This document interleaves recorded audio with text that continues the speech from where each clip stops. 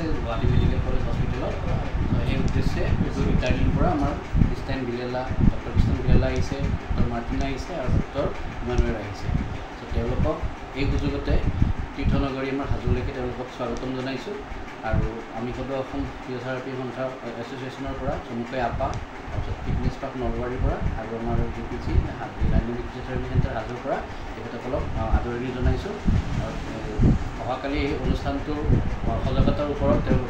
তেওঁলোকক কিছুমান বক্তব্য দিবৰ কাৰণে আমি ইয়াতে বিচাৰিছোঁ লৈ আহিছিলোঁ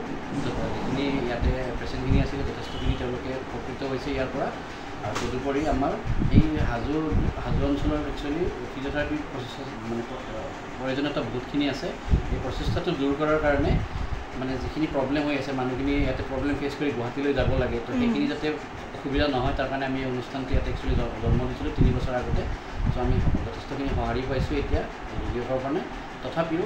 ফিজিঅ'থেৰাপি সজাগতাৰ ওপৰত মানুহৰ জ্ঞানৰ অভাৱ আৰু ফিজিঅ'থেৰাপি লাগে বুলি ক'লে আপুনি প্ৰথম জন্ম হোৱা বাচ্ছাটোৰ পৰা মৃত্যুৰ আগলৈকে ককাই থকা মানুহজনক সকলোলৈকে ফিজিঅ'থেৰাপিটো প্ৰয়োজনীয় চ' সৰু বাচ্ছা এটা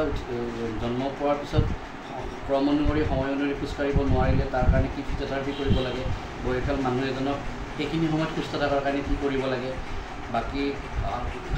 হাড়ৰ প্ৰব্লেম কঁকালৰ বিষ এই সকলো ক্ষেত্ৰতে ফিজিঅ'থেৰাপিৰ প্ৰয়োজনীয়তা আছে চ' আজি তেওঁলোকক আমাৰ ইয়াতে পাই আমি যথেষ্টখিনি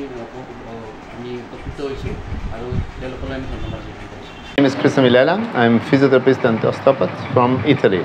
We come here and we are pleased to be here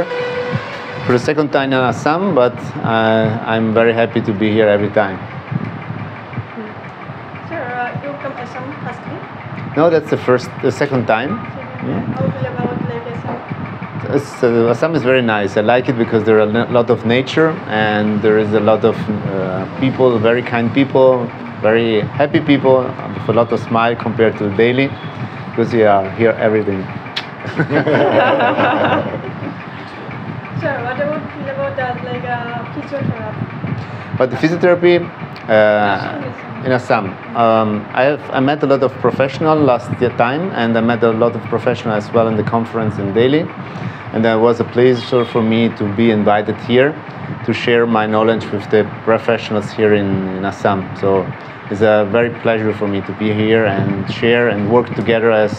colleagues. Thank you, sir. You're welcome.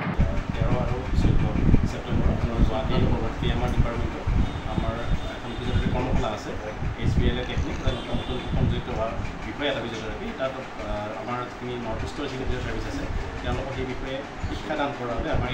International faculty কেইগৰাকী আহিছে তেওঁলোকে আমাৰ ইয়াৰে ছাত্ৰ ছাত্ৰী আৰু আমাৰ ইয়াৰে যিটো ফিজিঅ'থেৰাপি আছে তেওঁলোকক এই বিষয়ে তাত কৰ্মশালা সেই তেওঁলোকৰ অভিজ্ঞতাখিনি ইয়াৰ আমাৰ লগত শ্বেয়াৰ কৰিব সেই উদ্দেশ্যে তেখেতসকল আহিছে আৰু আমি আজি সদৌ অসম ফিজিঅ'থেৰাপি সন্থা আপাৰ তৰফৰ পৰা লগতে ডাইনামিক ফিজিঅ'থেৰাপি ক্লিনিক হাজো আৰু ফিটনেছ পাৰ্ক নলবাৰীৰ তৰফৰ পৰা তেখেতসকলে আদৰণি জনাইছোঁ আৰু তেখেতৰ এই আগমনে এটা নতুন সম্ভাৱনাৰ বাট মুকলি কৰিব ফিজিঅ'থেৰাপিষ্টখিনি এটা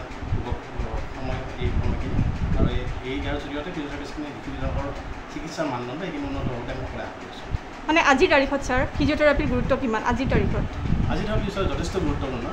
কাৰণ যিকোনো ধৰণৰ অস্থি ৰোগ হওক বা স্নায়ুজনিত ৰোগ হওক যিকোনো বিষয়ৰ চিকিৎসা ফিজিঅ'থেৰাপি নহ'লেই নহয় আৰু যিহেতু নতুন টেকনিকবিলাক আহি আছে নতুন বিষয়বোৰৰ ওপৰত গৱেষণা চলি আছে সেইবোৰ যাতে আমাৰ ইয়াৰে ফিজিঅ'থেৰাপিষ্টখিনিয়ে গুৱাহাটীৰে হওক বা অসমৰ হওক উত্তৰ পূৰ্বাঞ্চলৰ ফিজিঅ'থেৰাপিষ্টখিনি শিকিব পাৰে তাৰ বাবে এটা প্লেটফৰ্ম এটা লাগে আৰু সেই প্লেটফৰ্মটো সৃষ্টি কৰাৰ বাবে আমাৰ অসমৰ ফিজিঅ'থেৰাপিষ্টখিনি চেষ্টা কৰিছে যাতে আমাৰ নতুনকৈ উঠি অহা প্ৰজন্মৰ ফিজিঅ'থেৰাপিষ্ট আৰু যিখিনি কৰ্মৰত ফিজিঅ'থেৰাপিষ্ট তেওঁলোকে যাতে এই নতুন কৌশলবোৰ আয়ত্ব কৰিব পাৰে